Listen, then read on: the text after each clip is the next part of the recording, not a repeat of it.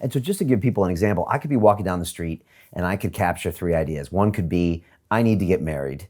One could be, I need to pick up tomatoes at the grocery store. And one could be, I need to start working out more. I mean, now those are 3 just very general, normal ideas. So I would ideally now with this new system, capture them all, write them all down, and then go to the next step and start putting them into this process of clarifying next action step and all of that stuff. Yeah. And it's really that simple to start. It is. Okay. And people say, how long does it take to experience the value of this? I say, how long would it take you to write the top 10 things down that are on your mind right now?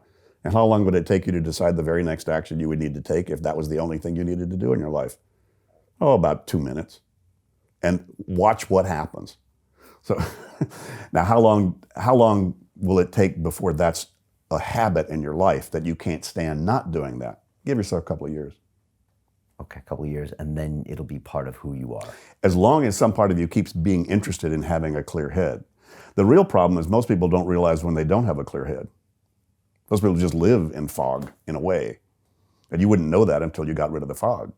Right. So I've got a big marketing issue. I'll solve a problem a lot of people don't realize they have. Right.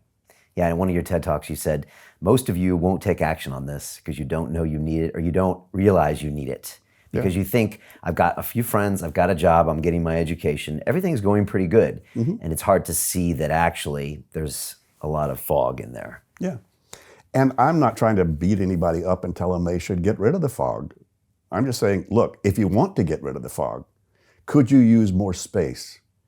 What would you do if you had nothing pulling on your psyche right now, Brian, or anybody? What would you do? How would you use it?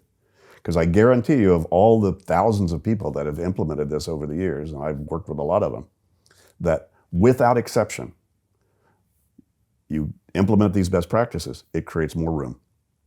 What you do with that room is quite unique to you. Some people use it to be more creative, some people to be more strategic, some people to be more innovative, some people just to be more loving and present with whatever they're doing. And I can give you examples of all of that. So how you use the space is up to you. So anybody says, well, I'm fine with the way it is, I say, could you use more space?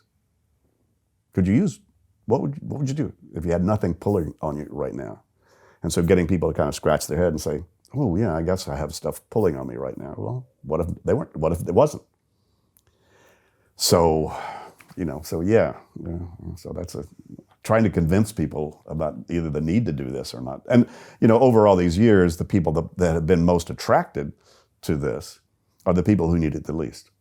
They're already the most productive, aspirational, positively focused, forward-moving people. They're just people that already know the value of system because they've had one, got them where they were. But they're also people that feel like they're full up and they need more room. They've got more ideas they want to do more with. They're already in that frame of mind. They just know that they need some assistance or could use some help to give them more space to be able to do more and do better. And, that's that's kind of the good news about my professional life is, I just got, hundreds of people that fit that category that I've now got a relationship with.